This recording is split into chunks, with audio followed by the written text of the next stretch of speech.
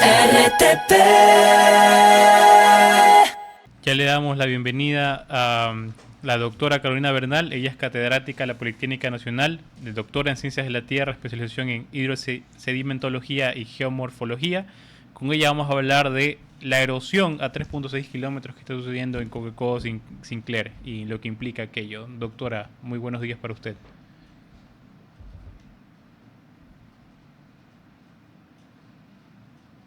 Buenos días.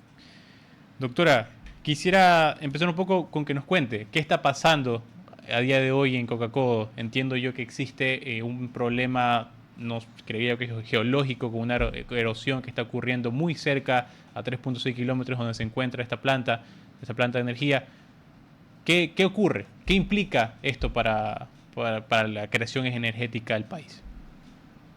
Bueno, muchas gracias por la entrevista. Primero le voy a contar que el Ecuador es un país de alto riesgo, entonces hay muchas amenazas naturales, entonces donde quiera que usted vaya a construir cualquier obra de infraestructura va a tener amenazas y entonces es necesario que nuestros gobiernos planifiquen adecuadamente dónde hacen las obras y el mantenimiento que debe darse. Entonces, para la generación eléctrica, algo básico para el desarrollo de nuestro país, se pone esta hidroeléctrica en una zona que es muy activa geodinámicamente. Donde usted va a tener muchísimos sismos, va a tener terremotos y tenía una actividad volcánica que había estado durante millones de años, digamos, conformando el paisaje. Entonces, se pone la hidroeléctrica, al momento que se construye, no se toma todos los debidos resguardos y se interrumpe algo muy importante, ¿no? Que es el tráfico de los sedimentos y esto va a generar que aguas abajo, de donde tiene la hidroeléctrica, aguas abajo, se produzca un proceso de erosión. Eso es algo común que sucede con hidroeléctricas, ¿no? Doctora Bernal, Entonces, esto comienza, como quien dice, a comerse todo el valle para atrás. Desde el 2020 hasta la actualidad se ha comido ya alrededor de 15 kilómetros. En este momento está a 3.6 kilómetros. Y esa es una amenaza latente para la hidroeléctrica, pero no solamente para ella, sino también para los oleoductos, que son los que van a transportar la riqueza económica del país, el petróleo. doctora Bernal, y aquí la consulta. Esta alerta viene de expertos como usted, pero no viene del gobierno. Y hay una preocupación, porque hay que comenzar a activar protocolos, activar también aquí un ejercicio de, no sé si evitarlo, usted es la conocedora y me podría corregir, o tal vez de alguna u otra forma reparar lo que está ocurriendo justamente en esta zona que usted ha señalado. ¿Cuál es el peligro latente y cuál es la obligación del gobierno que tendría que tomar en cuenta, por ejemplo, los estudios que ustedes están presentando? Bueno, le voy a decir que yo desde el 2004 estoy estudiando esto porque comencé mi doctorado en Francia sobre el estudio de este río Napo y la cabecera alta es el Ujú. Coca, ¿no? Entonces, estos son estudios que, digamos, son muy nuevos, ¿no? Y nos ayudan a entender cómo se está comportando cómo se comportan nuestros ríos, que realmente son muy diferentes a los del resto del mundo, ¿no? Entonces, cuando uno quiere encontrar una solución a un problema, tiene que entender la génesis. Y esa génesis es la que no se está dimensionando y por eso las obras, hemos visto que se han hecho muchas obras, pero la erosión no se ha detenido. ¿Y por qué no se detiene la erosión? Es porque está controlada por la cantidad de agua que lleva el río. Entonces, solamente cuando hay lluvias, vemos que el río se aloca. Solo en ese momento empieza nuevamente el proceso erosivo, se nos destruye el valle, tenemos estos problemas con los oleoductos, dejamos de exportar, ¿sí? Y cada vez está más cerca de la hidroeléctrica. Tenemos que pensar que para el próximo invierno va a subir mucho más la erosión. ¿Por qué? Porque las obras, hemos visto, ha seguido avanzando, ¿sí? Únicamente tenemos unas obras de defensa que están listas, que se hicieron desde un principio, que son al pie de la hidroeléctrica, ¿no? Esa es la, la obra que nos va a dar un poquito más de tiempo. Sin embargo, en este punto no tenemos que pensar únicamente en la hidroeléctrica, porque sí es el abastecimiento de energía para el país, pero tenemos que pensar en la actividad petrolera, en el Ecuador como país exportador de petróleo. Si nosotros producimos, aumentamos la producción, no importa cuánto logremos aumentar, pero si no vamos a solucionar este problema de la destrucción de los oleoductos, no vamos a poder exportar. Entonces no va a servir de nada. Vamos a tener que cerrar pozos, como ya nos ocurrió a inicios de este año. Se vería también afectada la misma hidroeléctrica. Claro, a la hidroeléctrica mismo va a terminar afectando en algún momento en el corto plazo. Doctora Bernal, yo he sido uno de los que ha compartido esta preocupación por Coca-Cola Sinclair desde lo poco que entiendo, ¿no?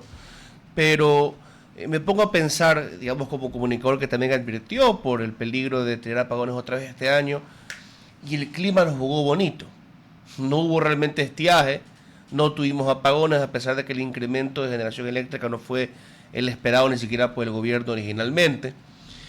Y claro, este factor de climático que ayudó a la generación de energía, justamente creo que es el que afecta a Coca-Cola Sinclair. Entonces, para el que ya se quedó asustadito con las predicciones pesimistas, o que nos pueden parecer pesimistas, ¿qué explicación habría para decir no, definitivamente Coca-Cola Sinclair está en peligro? ¿Y qué significaría? Es decir, estamos hablando de que de aquí a cuántos años máximo veríamos una afectación ya a la hidroeléctrica en sí. Es una muy buena observación. Realmente lo que está sucediendo ahora es el cambio climático, es una realidad que no podemos negar en este momento, ¿no? Entonces, el cambio climático, el signo del cambio climático es la incertidumbre climática. Entonces, nosotros vimos que en el 2024 era una sequía terrible que obligó a los apagones. En cambio, que en el 2025 al inicio, recuérdense, toda hubo unas lluvias increíbles, unas crecidas del río terroríficas, que lo que hicieron fue poner en la zona del Chaco, estuvo aislada, toda Baeza, no se podía entrar. Bueno, de hecho yo no he podido entrar hasta ahora por ese problema. Entonces, este signo es lo que nos hace nos debe obligar no a pensar en el pesimismo, sino a pensar en planificar, en gestionar, en saber que existen estas amenazas y que tenemos que prepararnos para lo peor, siempre preparados para lo peor, pero esperando lo mejor. Entonces, si nosotros actuamos así, en este país, vea, tenemos sismos, tenemos volcanes, deslizamientos, a cada rato, lo que pasó ahorita en Alausí. Nosotros sabemos que es un área con deslizamientos y necesitamos gestionar ese territorio. Todo el Ecuador debe ser gestionado de esa manera. ¿Para qué? Para evitar que cada cierto tiempo nos toque reconstruir el país, como nos tocó en el 2016 con el sismo. Pero, doctora, como le digo, parece algo tan inminente, 3,6 kilómetros de distancia, hablábamos de 6 y pico más temprano en el año, y no se prenden las alarmas del gobierno por algo que podría ser catastrófico. De hecho, justamente quisiera que me ayude a dimensionar. Digamos que la erosión inversa llega, de alguna forma, para ilustrarlo, golpea Coca-Cola Sinclair. ¿Dejaría fuera de servicio la central hidroeléctrica o simplemente sería una afectación más a una central que tiene sus problemitas desde el inicio? Ya.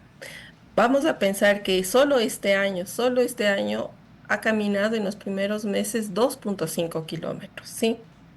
Solo este año, con estas lluvias que le digo que fueron anómalas, totalmente anómalas. Pero para el próximo año, para el 2026, pensamos que se repiten estas lluvias anómalas, estaríamos ya llegando al pie de la captación, ¿sí? Ahora, como le dije, es la variabilidad climática, la incertidumbre, no podemos más que estar preparados. Pero ¿cómo nos preparamos con obras de defensa? Estas obras de defensa solo se pueden hacer en periodo de estiaje. O sea que CELEC está trabajando ahorita en estas obras para proteger a la captación. Porque en el caso de que llegue la captación, Entonces, digamos que aquí está el lecho del río y está captándose el agua. Pero con la erosión, este lecho descendería, pero mis obras están acá arriba. Entonces el agua ya no va a poder entrar al túnel de conducción y por lo tanto no va a poder generar energía. Entonces, hablamos de 2 años en los cuales, dependiendo de cómo nos trate el clima, vamos a tener un grave problema. Pero no es solamente la hidroeléctrica. Ahí hay que pensar en los oleoductos. Usted, ustedes como comunicadores vieron lo que sucedió en el río Loco, que es un afluente del río Coca. Eso se destruyó completamente. Y entonces, Ujú. al destruir el valle, ya no hay por dónde llevar los oleoductos. Y al momento están subiéndose cada vez más hacia el volcán Reventador, que es un volcán activo. Entonces, estamos saliendo como que de un peligro para irnos al otro. Qué salados que Entonces, somos, así ¿no? no sé, ahí no estamos gestionando el riesgo, no estamos permitiendo que nuestro país se desarrolle. Entonces sería importante, me imagino, desde el gobierno, contratar estudios para tratar de ver una ruta distinta a los oleoductos, alejada de la región, digamos, donde puede haber afectación tanto por el agua como por la actividad volcánica. Me imagino que Sabe eso que esos costaría un buen dinero. estudios sí existen. Y es más, en el gobierno, al final del gobierno de Lazo ya y dio un decreto de que tenían que cambiarse, que era la otra orilla del río Coca. Entonces yo no sé por qué no se ha avanzado en eso con los oleoductos, en vez de estar en la otra orilla todo el tiempo haciendo como remiendos, remiendos y todo el tiempo con el problema de que el río se está comiendo. Claro. Qué pena que seguimos siendo muchas veces el país de bueno, no prevención, ¿no? De esperar a que no ocurra lo peor, de no entender la necesidad de invertir en protegernos de cosas que a veces no pasan, pero de tantas cosas que podrían pasar, una termina ocurriendo y esa sí la lloramos de más, doctora. Antes de concluir, quisiera preguntarle, ¿qué otra cosa ve usted en el panorama justamente de la generación hidroeléctrica fuera de Coca-Cola Sinclair? Entiendo que hay otras centrales también que tienen problemas distintos, ¿no? Eh, Hidrológicos en todo caso. ¿Qué nos podría decir sobre la salud del sistema en general? Bueno, primero que nada, como yo he dicho varias veces, hay que diversificar la matriz energética, ¿no? Nosotros como país dependemos de las hidroeléctricas. Entonces, cuando hay lluvia estamos perfectos, cuando el clima nos juega en contra, tenemos apagones. Y eso no puede ser, tenemos que diversificarnos. Hay en la actualidad otras opciones de generación eléctrica que son las que el gobierno ya debe estar trabajando. Estamos con la geotermia, la energía solar, la energía eólica. Entre la geotérmica y la solar, digamos que es nuestro mayor potencial, porque no serán gigantescas como Coca-Cola Sinclair, pero tenemos que aprender a diversificar, a no poner todos los huevos en una canasta, ¿sí? Porque nos estamos apostando mal, ¿sí? Estamos apostando a que siempre va a haber agua, a que no van a haber problemas con la geología y eso es lo peor que se puede hacer. Estamos con cambio climático, entonces, es urgente que empecemos bueno, no que empecemos, que se profundice este trabajo, que se tome en serio y sobre todo que las cabezas que están pensando esto no cambien a cada rato. Necesitamos una cabeza que esté dirigiendo esto no solamente con este gobierno, sino con los que siguen, porque no estamos pensando en el gobierno, estamos pensando en este país, ¿sí?